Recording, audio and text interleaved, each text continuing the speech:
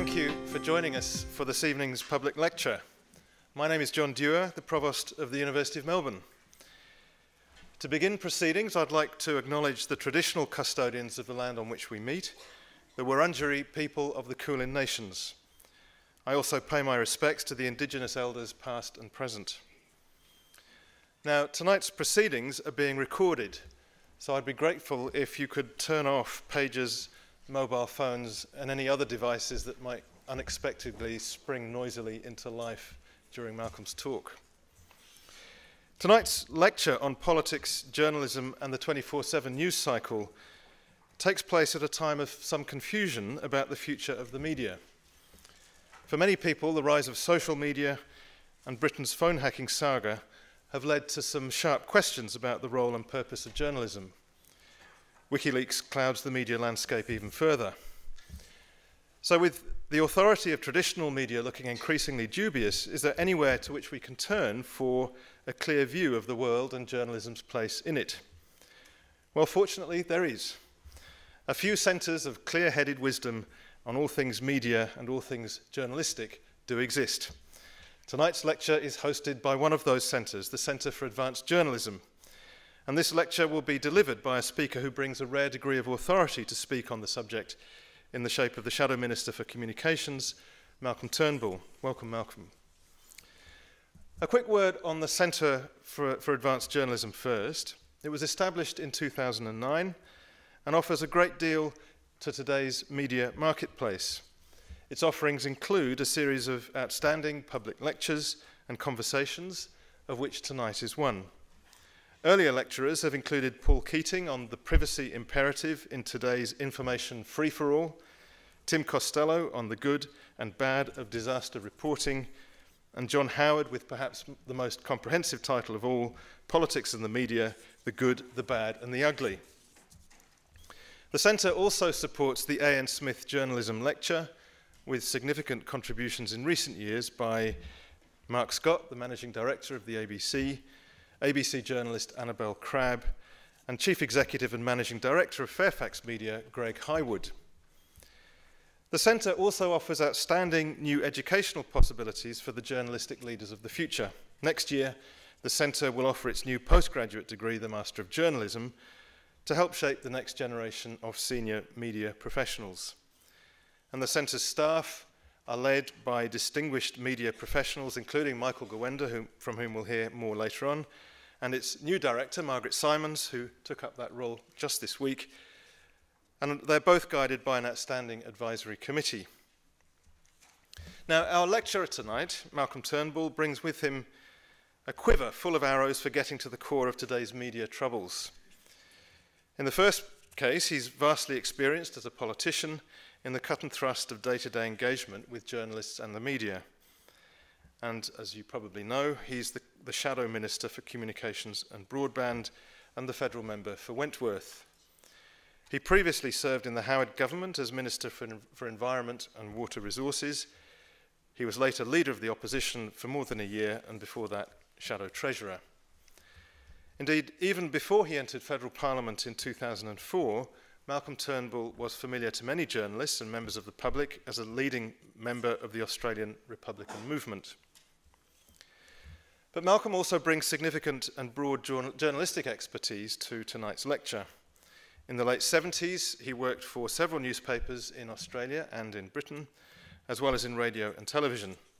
He later went on to achieve a professional distinction as a lawyer and businessman. A graduate of Sydney and Oxford universities with degrees in arts and law, his legal cases included a famous defence of the former MI5 agent Peter Wright over the publication of Peter Wright's memoirs, Spycatcher.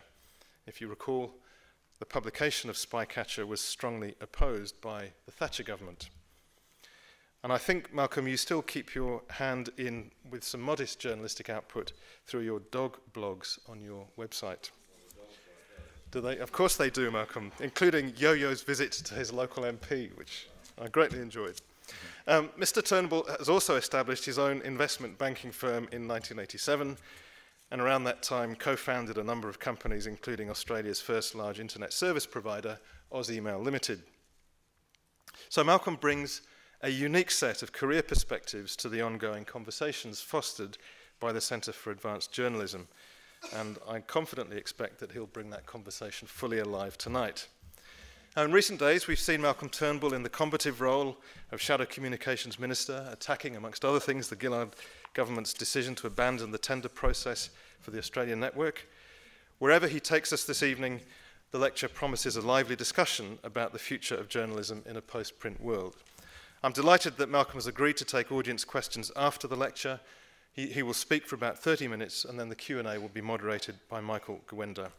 Ladies and gentlemen, on the topic of politics, journalism, and the 24/7 news cycle, please welcome Malcolm Turnbull.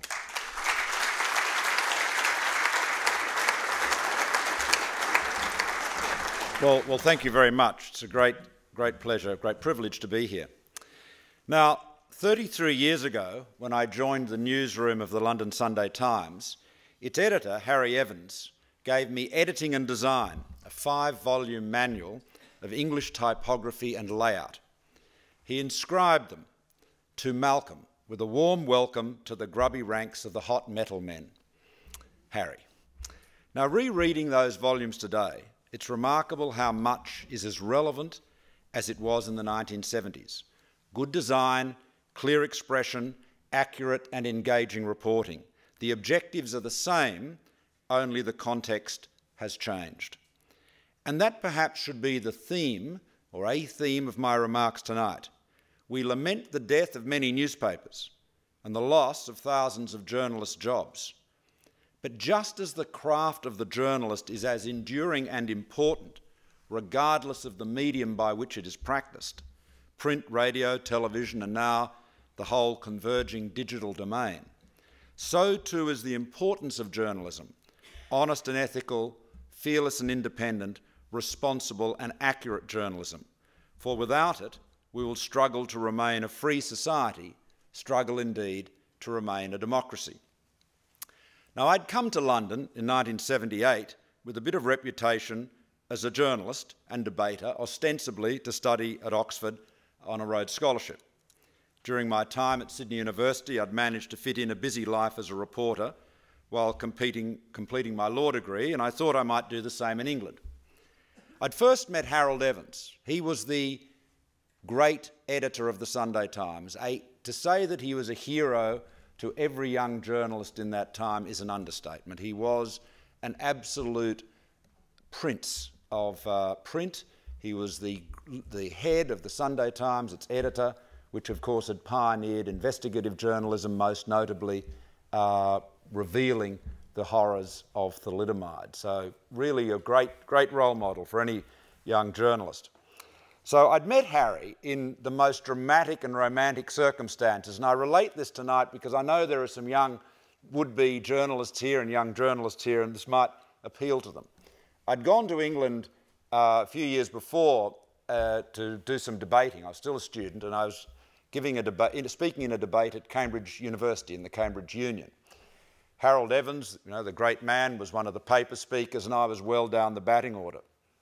Nonetheless, I gave a reasonably good speech, apparently, because afterwards a note was passed through the audience to me, and I opened it up, and it had the letterhead of the Sunday Times on it. And on it, Harry Evans had written, "Good speech, come and see me in the Gray's Inn Road tomorrow." This was like an invitation to come and see God. The next day, Harry offered me a job on the spot.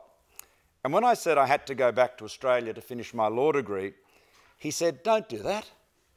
Think of what awaits you. Law will certainly make you more money than journalism. But where does it end?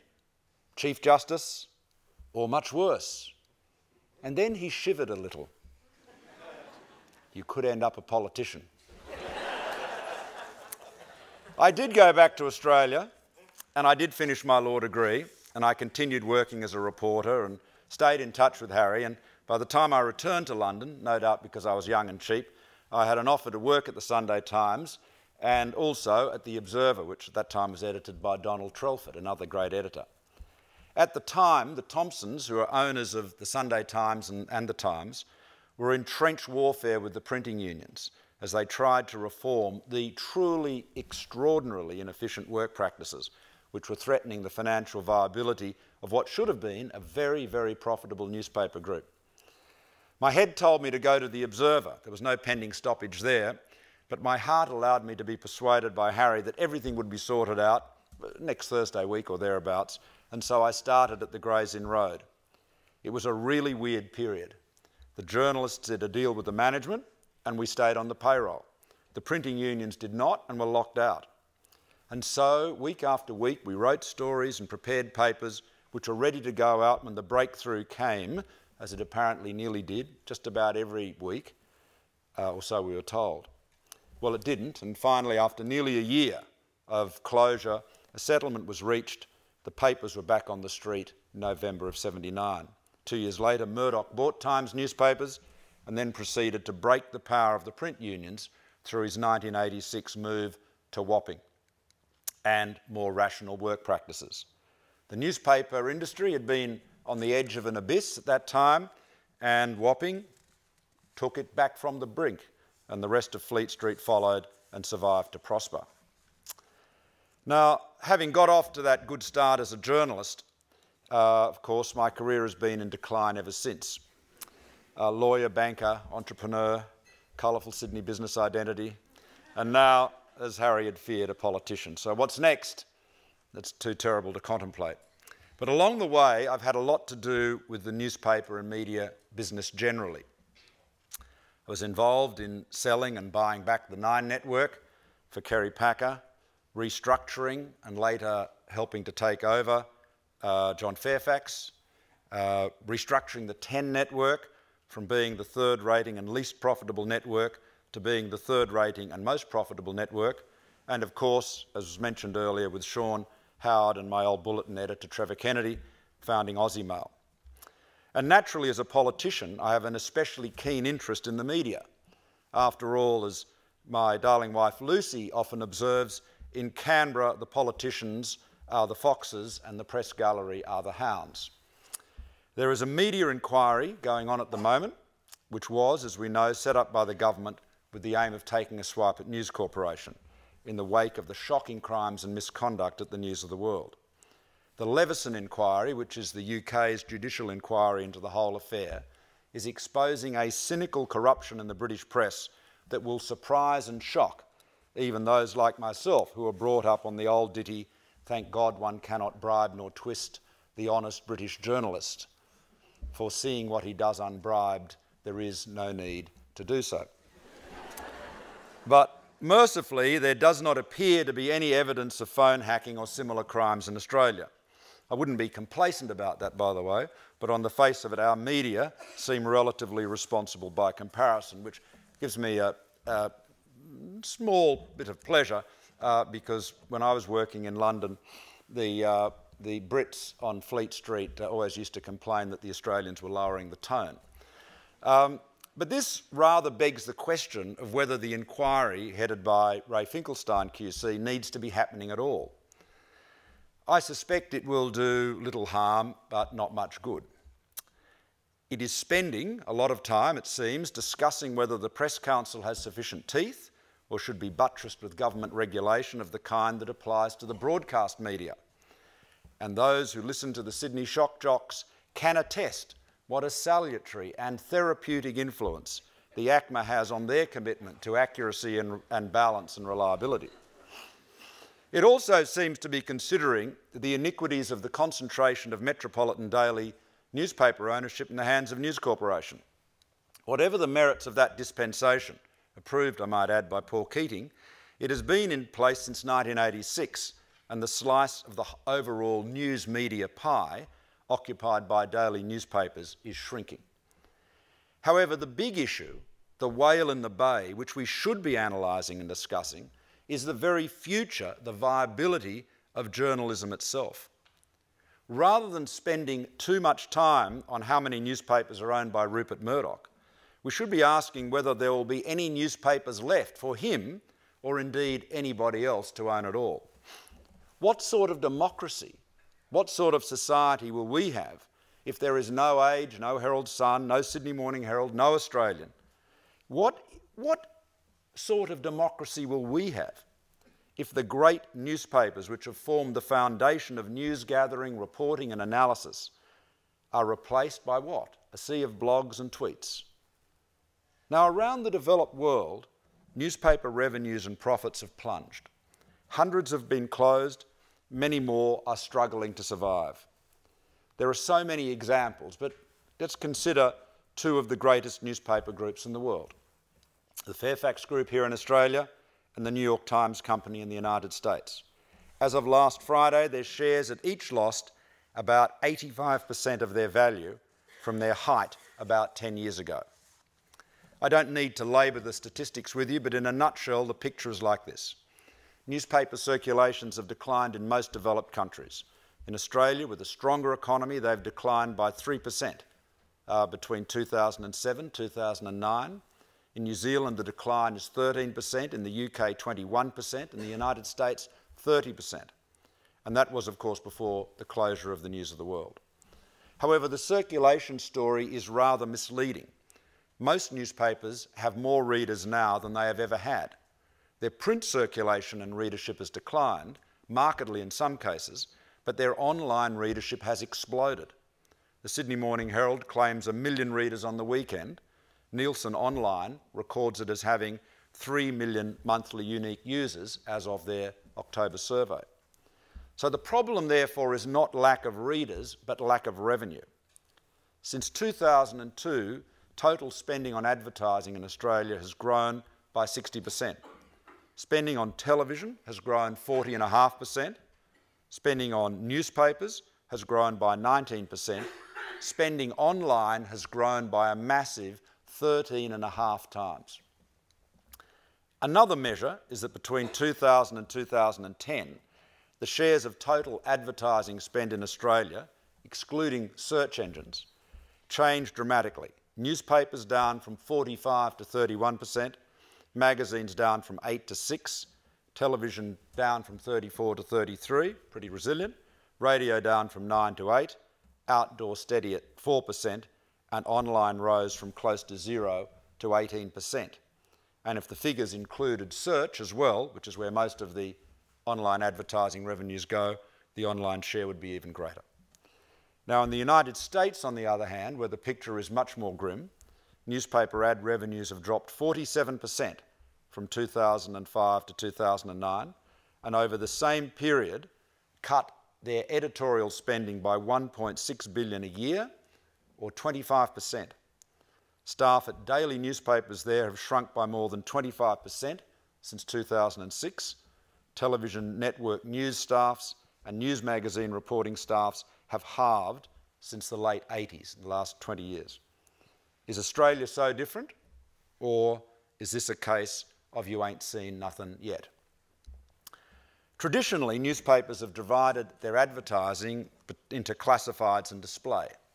And in Australia, the classifieds were dominated by the big metropolitan news broadsheets, in particular, this city's The Age and the Sydney Morning Herald, which only a decade ago, that's to say those classifieds only a decade ago, provided nearly 2/3 of that group's revenues. Newspaper classifieds have not quite vanished, but one newspaper chief executive told me last week they hope to keep a quarter of the old classified revenue by diverting it into, albeit very low yielding, display advertising. So far this was largely real estate, but of course, as we know, as the online vehicles for real estate advertising are becoming more and more compelling, it's questionable how long newspapers can hang on to that category. The problem is not simply that the online environment provides another competitive platform for the delivery of news, entertainment, information and advertising, but that the online space, the digital domain, is a far more efficient and cost-effective means of delivering any advertising, which could be described as demand fulfillment. That's to say, enabling us to find something we're looking for, whether it's a flat, a car or a job, as opposed to demand creation, promoting brands, products in a manner designed to attract and engage the attention of the reader. So analytically, you could say that in advertising for demand fulfillment, online search simply kills any printed classified section or directory publication. It is the better mousetrap. in terms of display, the online world offers a big new competitor. It doesn't actually represent a killer application, if you like. And so in that regard, it doesn't really matter whether newspapers' readership are up or down. The internet simply offers a better solution for what has been a very, very large part of newspapers' advertising base, so large and secure that they used to be called the rivers of gold. Now, Rupert Murdoch once observed that the internet will destroy more profitable businesses than it will create. And he was certainly right, at least so far as his empire is concerned. Closer to home, the value created for the shareholders of SEEK or REA Group, for example, appears to be, especially if you look at it on an earnings base, much less than the value lost to the digital world by the shareholders of Fairfax. Newspapers have created a platform for advertisers by producing sufficiently interesting content to attract a large mass of readers. That content is very costly to produce. Journalists have to eat and drink, I'm told. Television and radio, in somewhat different ways, does the same thing. So it is galling that the two current giants of the online world, Google and Facebook, create very little content of their own. Google is above all a search engine and an aggregator of other people's content. It produces very little content of its own, some applications and services, and certainly no journalism. Facebook, which has 800 million subscribers who use it at least once a month, produces no content of its own. Its users do that. Ken Doctor of Newsonomics in the US has estimated that 63% of online digital advertising in the US goes to these aggregators and search engines: Google, Facebook, Yahoo, AOL, Microsoft, and a few others. And above all, the biggest share goes to Google.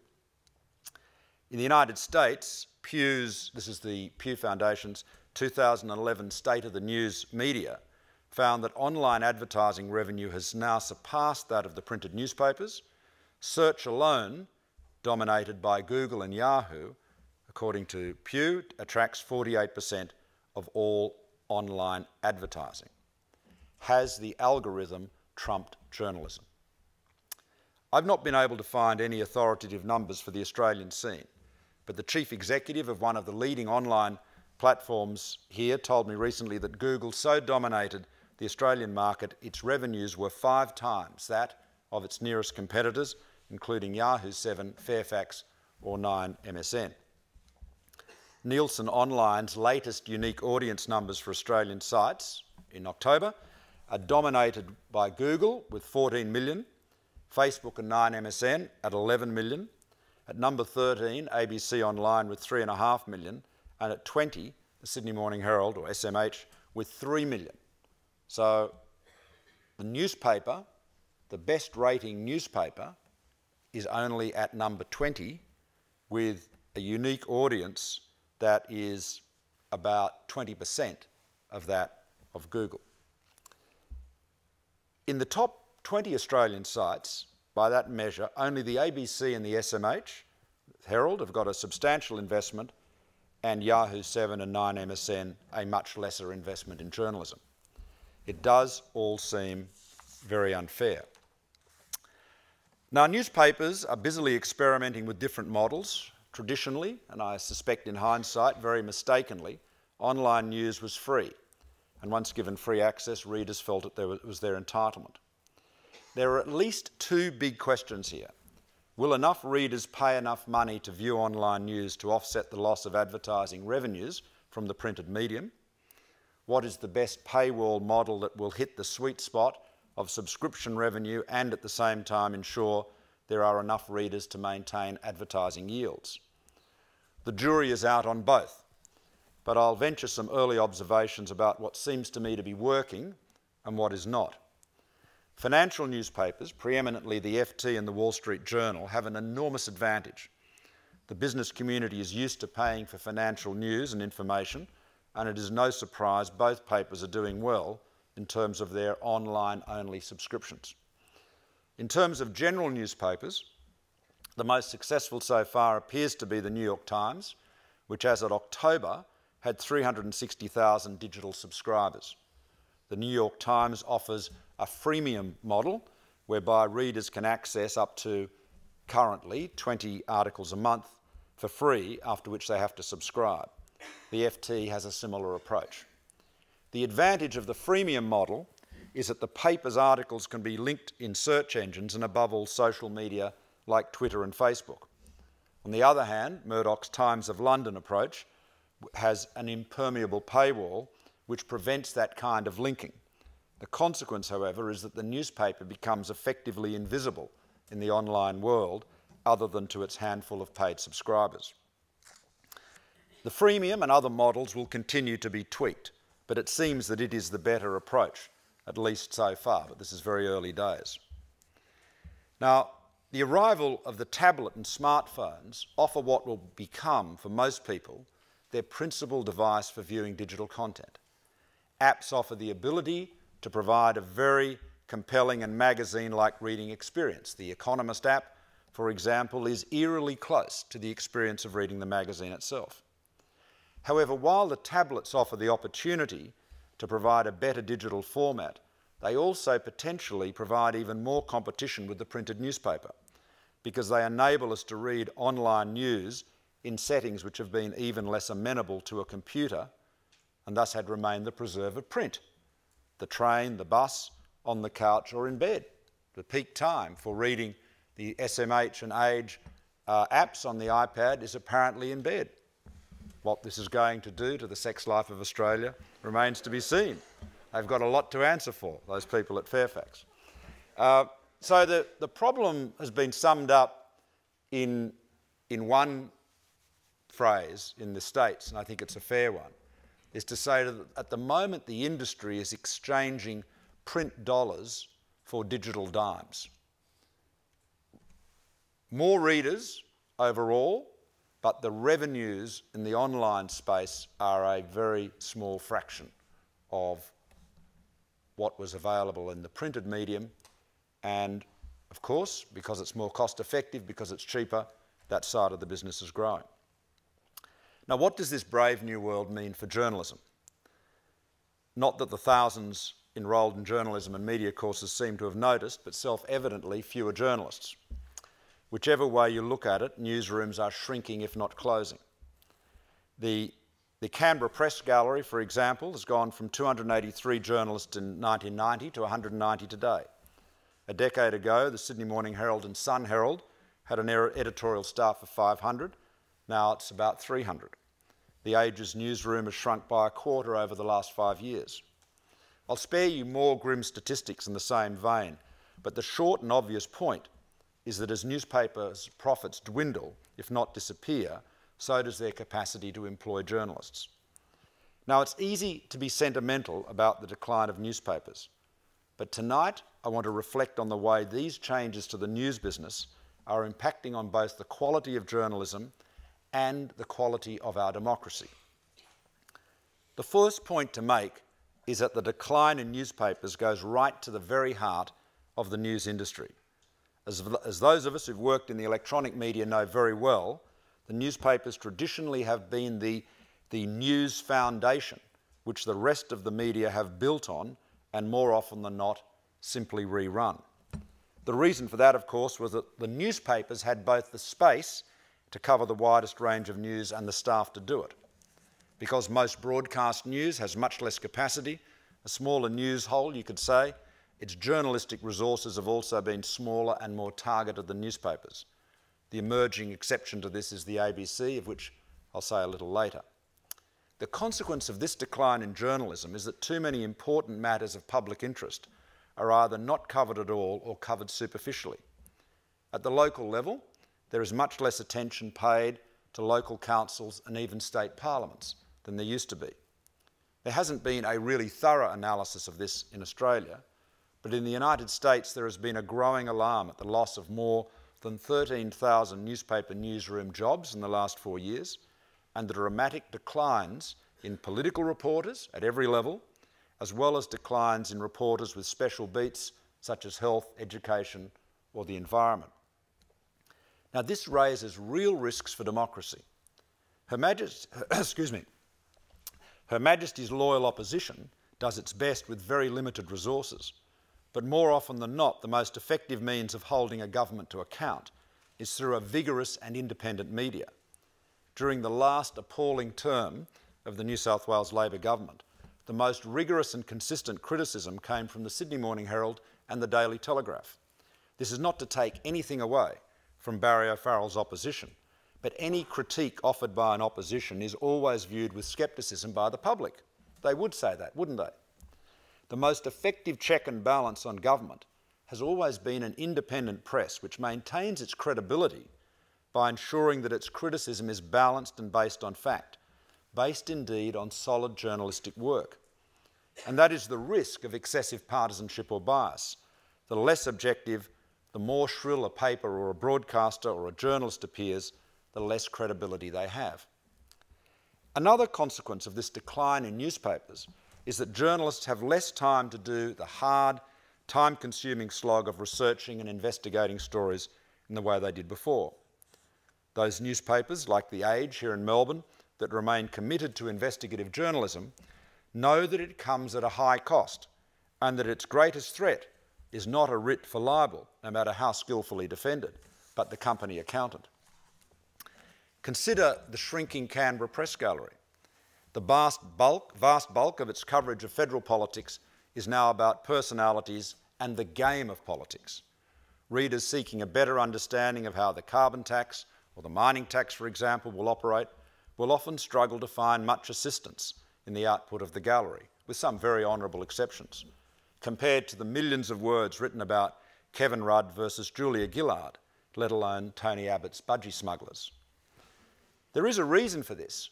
You can knock out a piece on the personalities of politics in a few minutes, a couple of phone calls to the usual anonymous sources for some party room gossip, and away you go. But in the midst of all the blasts and counterblasts from vested interests, pro and con, about the mining tax, for example, where is there the rigorous analysis that cuts through the inevitably exaggerated claims of both sides? I'm sure someone will find and point me to a few examples, but they would have been hard to find and easy to miss in the welter of reporting on the game. The consequence of all of this has been that what we used to call the 24-hour news cycle has become instead an opinion cycle. Certainly, declining revenues have contributed to this. Research and reporting, especially investigative reporting, is very expensive. Opinion, on the other hand, is cheap. And given most people do not go into journalism any more than they go into politics because they are shy and retiring, having a column of your own in which to pontificate carries far more status and weight than actually reporting the news or explaining the latest legislation or policy. But there is another and potentially more troubling factor that is leading to the substitution of opinion for news. Over the last few decades, we've seen a proliferation of mediums through which news and information can be viewed. In my youth as a reporter, we were limited to the newspapers, more then than now, a few television stations, a few more radio stations, and a handful of magazines. In terms of reaching mass audiences, for news, the most influential media were the big papers and the TV stations. News magazines, apologies to my old alma mater, the Bulletin, now deceased, were never a big deal in Australia. And because these mass media business depended on them reaching a mass audience, they had to strive to achieve some kind of breadth and balance that could accommodate a wide range of interests with a wide range of views, a wide range of readers with a wide range of views. As Arthur Miller said, a good newspaper is a nation talking to itself.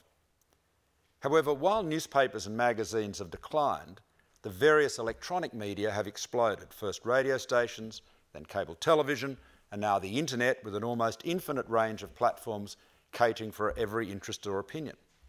And the consequence has been that very often the most successful media business model is no longer to be the nation talking to itself, with all of the diversity that implies, but rather a narrow section of the nation talking to itself.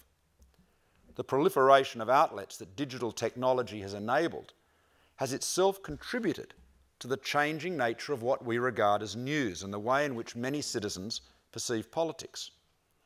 In a phrase usually attributed to the late Daniel Patrick Moynihan, the senator from New York, everyone is entitled to their own opinions, but they are not entitled to their own facts.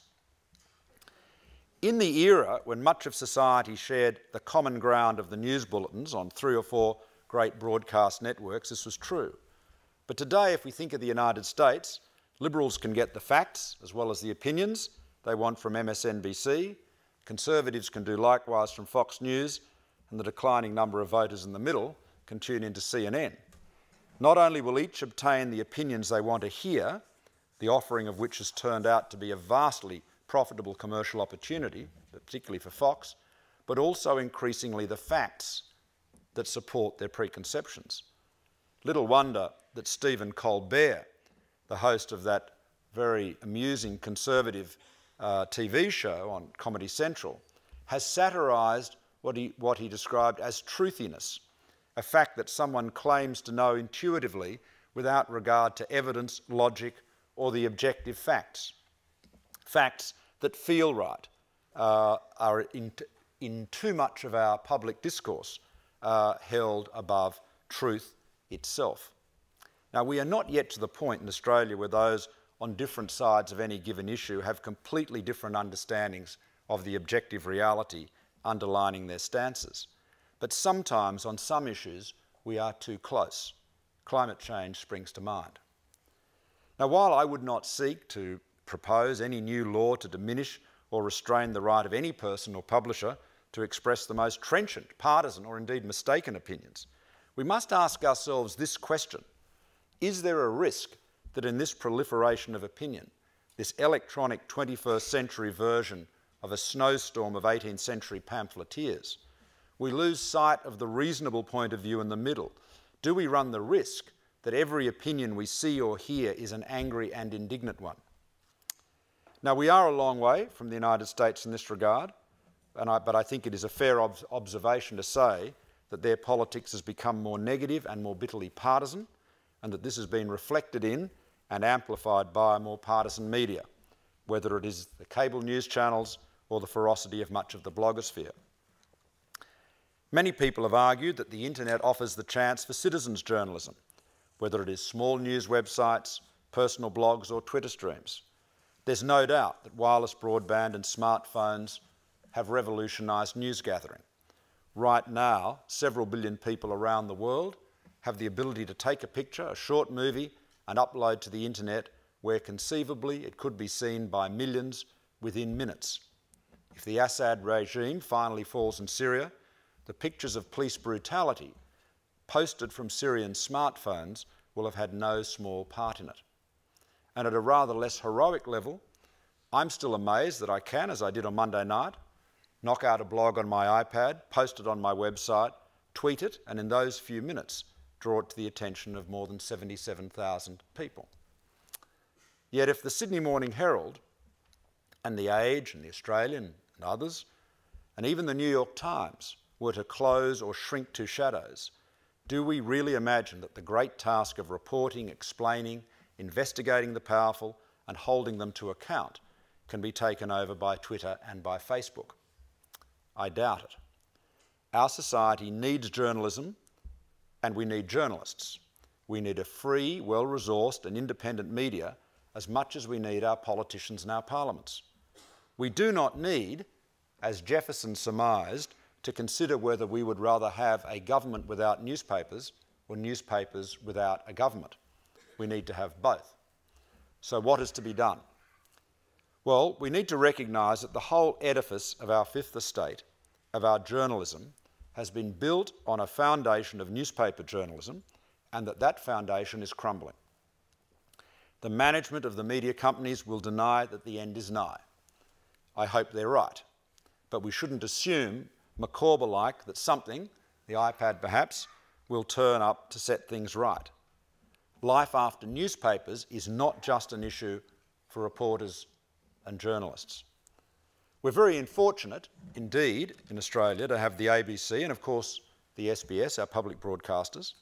The ABC's importance in Australian news and journalism grows apace, partly because the rest of the industry, which is funded by diminishing advertising dollars is in decline, and partly because it has expanded its journalistic output and the reach of that output with a 24-hour news channel, online news coverage, which is more than just transcripts and summaries, and of course through podcasts and iView, which is particularly the podcasts of a lot of Radio National's journalism, has significantly expanded the reach of that work. The news output of the ABC, indeed, has never been bigger nor its reach wider. It's far from perfect, but it does have an obligation to be balanced, which it takes seriously. I think it helps to have the ABC run by someone at the moment who comes from the news rather than the entertainment side of the business. There's been a lot of discussion about not-for-profit online news publications like ProPublica in the United States. The idea of philanthropic, tax-advantaged support for quality media is superficially enticing. In a way, it's not so distant from the world we've known until now, where the ownership of media assets has often been associated with a particular type of individual, usually described by the shorthand term media mogul, whose motivations were not simply commercial.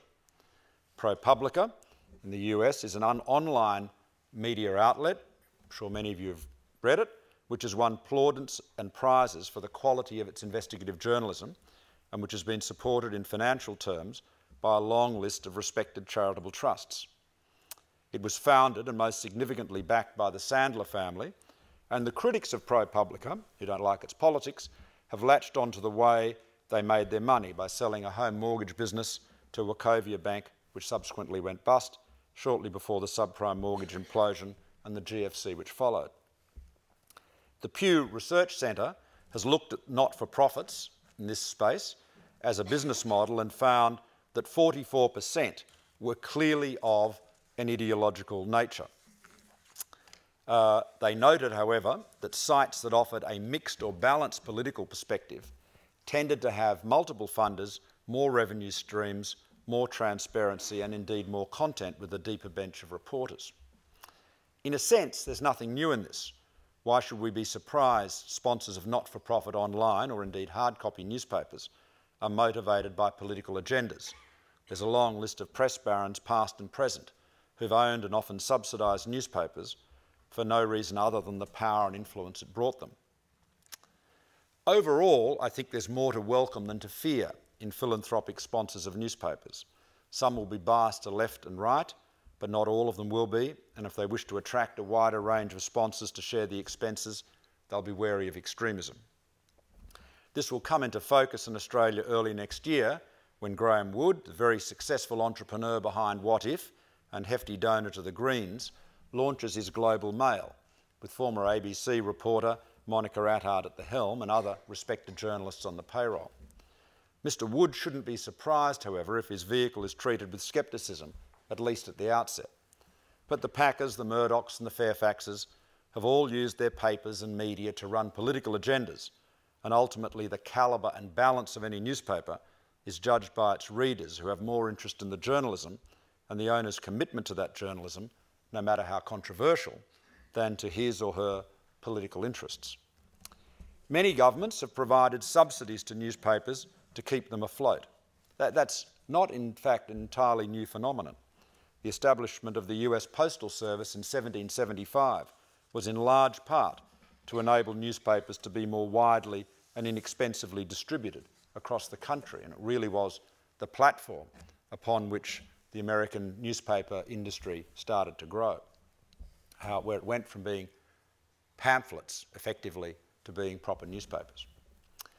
However, I don't think there would be any enthusiasm either in newsrooms or in Canberra for government subsidies to go to newspapers, be they hard copy or online. There is, however, the precedent of the public broadcasters, but their funding is entirely from government, that's to say the ABC's is entirely from government, locked in over a long term and buttressed by a strong culture of independence. However, there would be some merit in considering whether a level of support could be given in terms of deductible gift recipient status for not-for-profit newspapers, and I'm talking online or hard copy here or both, which committed to a code of conduct analogous perhaps to that subscribed to by the ABC. I simply pose this as something to consider. At this stage, I regret to say the coalition, given the extravagance of the incumbent government, is looking for ways to cut expenditure. But in the interests of looking beyond the next few weeks or even the next few years, we should also be looking hard now and discussing seriously now how we ensure the survival of journalism. We will not know how significant it was to our democracy until it is gone, and we shouldn't be in denial about it. I'm against denialism of all kinds. Now, I imagine that many of you here are students of journalism and no doubt worry that you're stepping into an industry which is about to expire. Well, it's not that bad. You are not signing up as cabin boy on the Titanic's last voyage. But your journey of journalism will be potentially the most exciting of all. At times like this, when the establishment is shaken to its foundations and the old order changeth, yielding place to new, the young and the enterprising have the chance to take what is enduring, objectivity, accuracy, fearless independence, and build new platforms from which to launch their journalism. So embrace the new world. We're counting on you to do it. Thank you very much.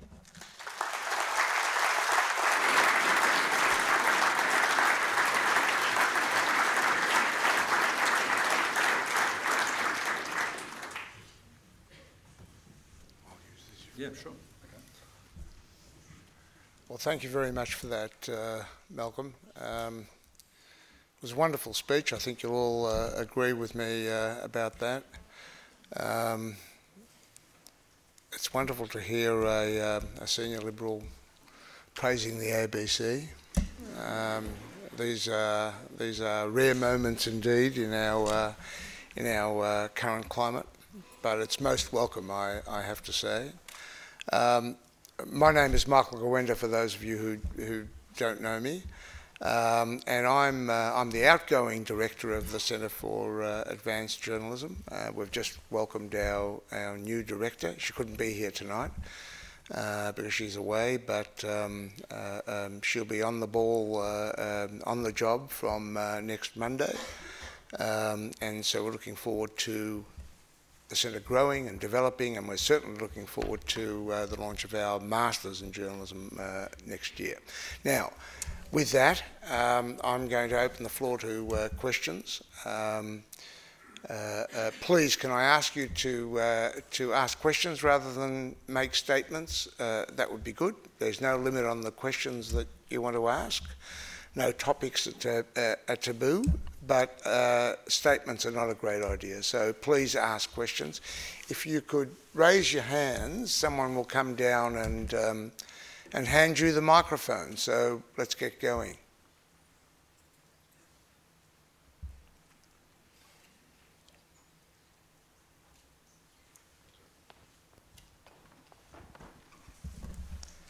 Thank you very much for an interesting talk.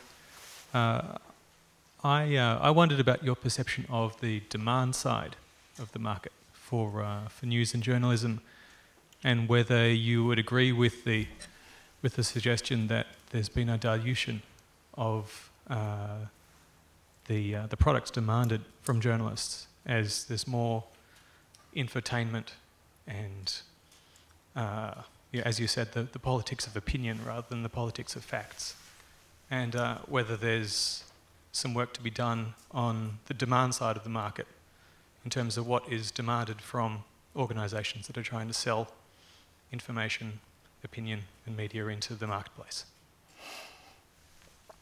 Well, look, I think there's always been plenty of demand for entertainment. And dull journalism, there's never been a market for dull journalism. However, what I sense is there is a growing demand for information and explanation. The people that I meet in both, in my travels around the country and in my, I regret to say, very extensive email correspondence. I've created a sort of a monster with my own digital presence because I get hundreds of emails. But what I find is that so many people are frustrated that through the babble of angry debate, they can't actually get some trustworthy facts. And they're looking, because so often I think political issues are presented as though the only job, and this I think is because of, in large part, lack of time, the only job of the media outlet, the newspaper, for using a generic term, is to do a he said, she said presentation. Whereas what I find is people are looking for some objective analysis, and from people that don't, from journalists that don't have an axe to grind. I mean, I certainly, and I can tell you as a politician, I know that my remarks, my speeches or commentary is much more persuasive and effective when it is objective. The minute people feel I'm running a political line, you can see a lot of them switching off. So I think there's a surfeit of partisanship, and that is so I do believe there is a market for that. But the problem is there's a market for it in terms of the readers. See, this is the terrible paradox of it, that if you are a newspaper journalist, more people are reading your copy than would ever have read it before. But it is attracting fewer dollars in advertising than it has ever had before. So you've got burgeoning audience, but dwindling revenue. And that's therein lies the problem.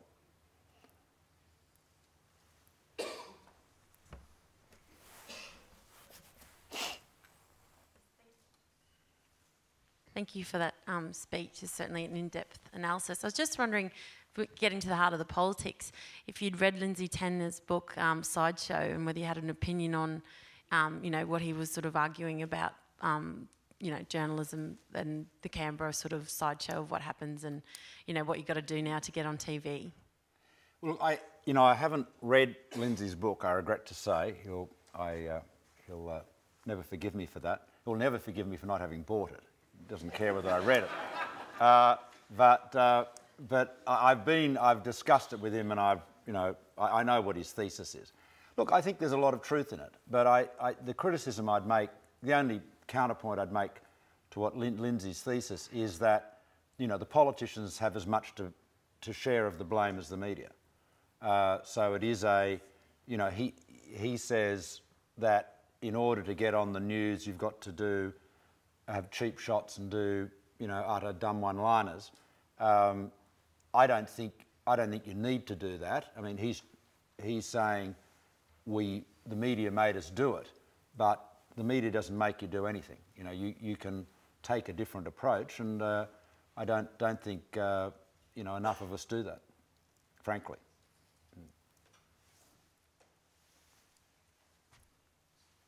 We're going to take one from each side. Okay.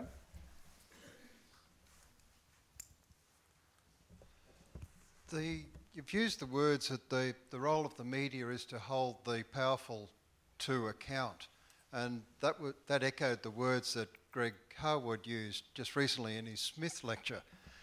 But there doesn't appear to be any evidence of that in the journalism, in the media in Australia. But it's a lot of this he said, she said. How do we reverse that and get back to what journalism should be about, holding the powerful to account? Well, I think part of the problem is the question of resourcing. And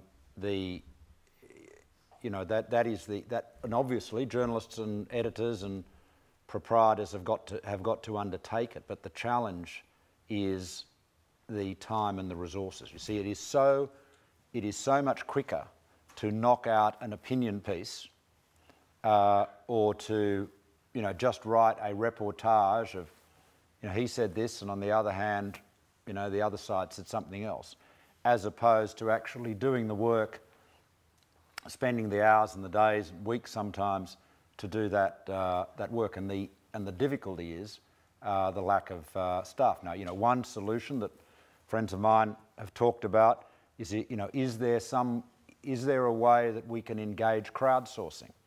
You know, if more information, as more information is put online, if we were, for example, to be able to achieve more government information and public information to be put online, and let's face it, there's a lot more now than there used to be, much, much more. Is there a way, a creative way, media outlets, newspapers, again, I'm using that term totally generically, would be able to enlist a little work from a lot of people, a sort of a crowdsourcing model.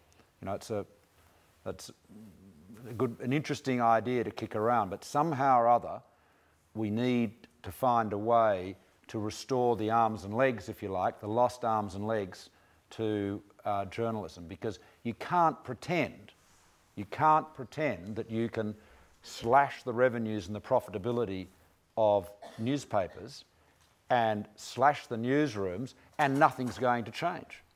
I mean, you know, the management obviously will say that, and they, you know, if we were all in their position, you'd have to put a brave face on it. You're hardly going to say, ladies and gentlemen, our newspaper isn't, you know, as a shadow of its former self. You're going to do the best you can. But at some point, I mean, Sam Chisholm, who some of you may recall, you know, a very feisty television executive in the context of cost cutting. I remember once said to us years ago, he said, well, you know, he said, cost cutting, remember this, he said, cost cutting is like giving blood. He said, you know, you can give blood, you can give blood, you can give blood, and then there's a point when you've given so much blood you actually die.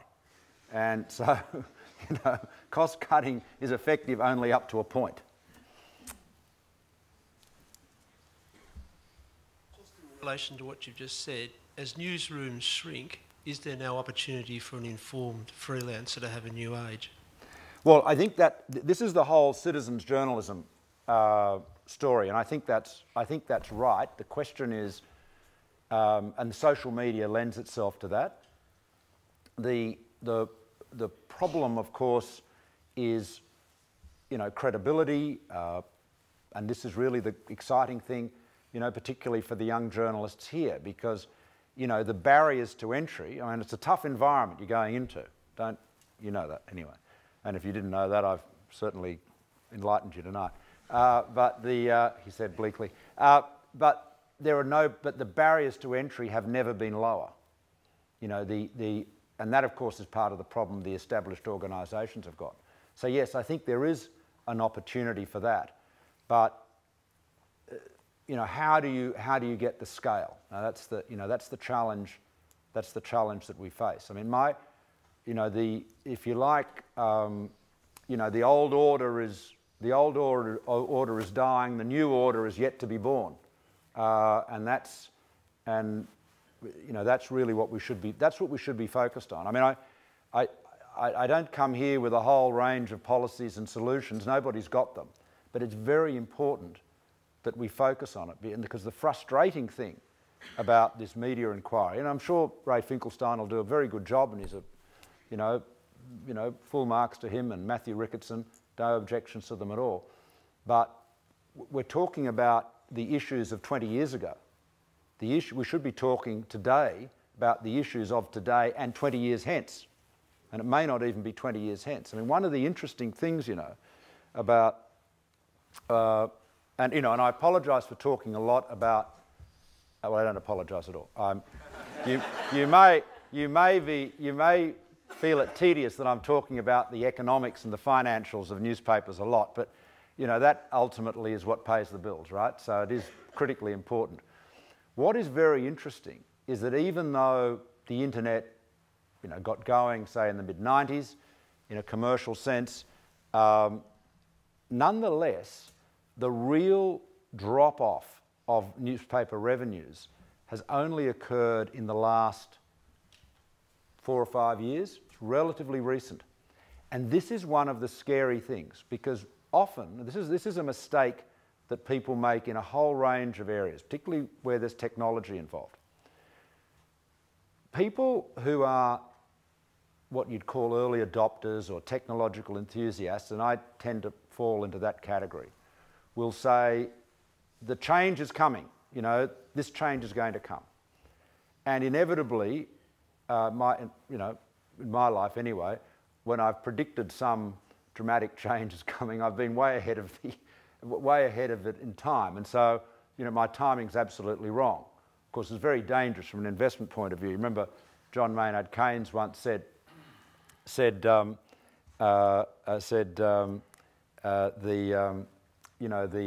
market. What's it say? You can the market can be irrational longer than you can stay solvent. So so if you short the overvalued market, you want to make sure you've got plenty of resources to maintain your position. And so what's happened is the freight train's been coming on this issue, but a lot of people thought it wasn't ever going to come because it hadn't arrived, and then it came in a rush. So the challenge, I think, is to be looking forward. We've got to be talking about what the implications are for our own democracy. There's no point pretending that journalism, politicians curse journalists and so forth, and we've all done that, and we all think we're treated unfairly and, grind our teeth in rage. But the fact is, what I said earlier is not just warm words. The journalists of Australia are as important to our democracy as the parliamentarians. We wouldn't be a democracy without parliaments, obviously. We wouldn't be the democracy we are without a vigorous and independent press. So we're talking about a very serious issue. Which side are we on? Yep.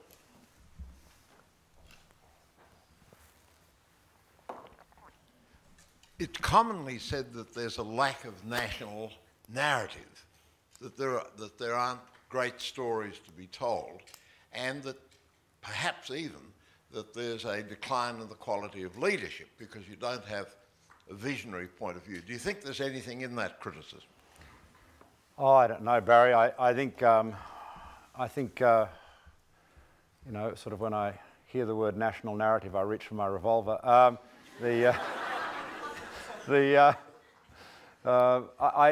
not quite sure what you mean by national narrative. The line actually from the 1930s German play by Hans Jost is when I hear the word culture, I reach for my Browning, but it means the same thing. The rather cynical remark. Look, I think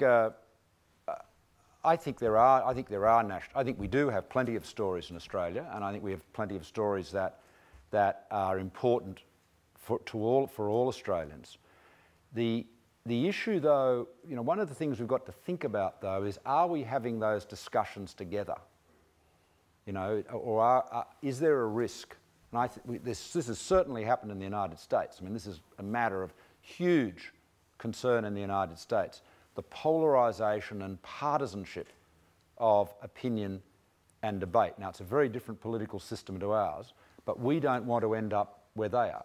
I mean, they have got an utterly dysfunctional political system at the moment.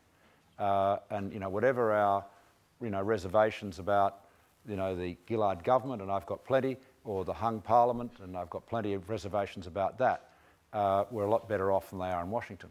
So assuming I understand what you mean by a national narrative, I think we have many national narratives, many stories. Malcolm, over the last couple of years, we've seen investors really clamour for a piece of these new media platforms, and we've seen Facebook notionally worth billions of dollars, and we've seen LinkedIn IPO at ridiculous multiples. But we've also seen Rupert Murdoch write down the value of his MySpace acquisition to zero. In light of the dubious cash flows from some of these media platforms, where do you see the valuations heading for these type of look, honestly, entities? The valuations of technology properties have always been very, very dubious. I mean, what do the bankers do? The bankers assume a set of cash flows into the future which are based generally on pretty heroic assumptions, and then a terminal value at the end of the discounted cash flow period, which is based on another heroic multiple of the heroically assumed revenues, who knows what they're worth? I mean, I agree with you. I mean, Rupert paid a lot of money for MySpace, and it's basically not worth anything now. Will Facebook go public at $100 billion and be worth nothing in a few years' time? I don't know, but I tell you what, Yahoo's a shadow of its former self. Yahoo used to be an absolute giant, and look what's happened to it. So, this is, I don't want to be Schumpeter's trumpeter here tonight, but this is creative destruction at work with a vengeance. Sorry, no, pun. Yeah, it was very good. Yeah, thank you. Joseph Schumpeter. Yeah. Can we have, we're going to take 2 more questions. So one from here, yeah? Malcolm, you said that journalists spend too much time writing about the game of politics, with notable exceptions. I was wondering if you could name some notable exceptions, some of the individuals that you think produce good journalism. Well, look, this is the problem. If I do that, anyone I don't name will be terribly wounded. So I won't name any. I won't. I'll take that question on notice. But look, there is very good reporting, but if you look at the political, I mean, I don't think anyone's disagreeing with me here.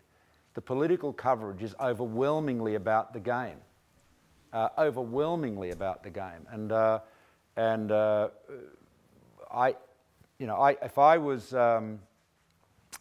I was back in my old life as a busy businessman and with an interest in politics, but doing lots of other things and only having a limited amount of time to pay attention to it, I would be really frustrated about how hard it is to actually find out what the real substance of the debates are. I mean, the questions that journalists at the Canberra Press Gallery are mostly concerned with are the who's up the greasy pole, who's coming down.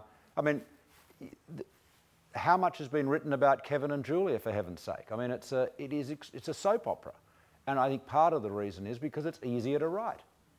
It doesn't require a lot of time or analysis, and you can fill a lot of papers with a lot of space, whether it's newsprint or digital space on the various news channels.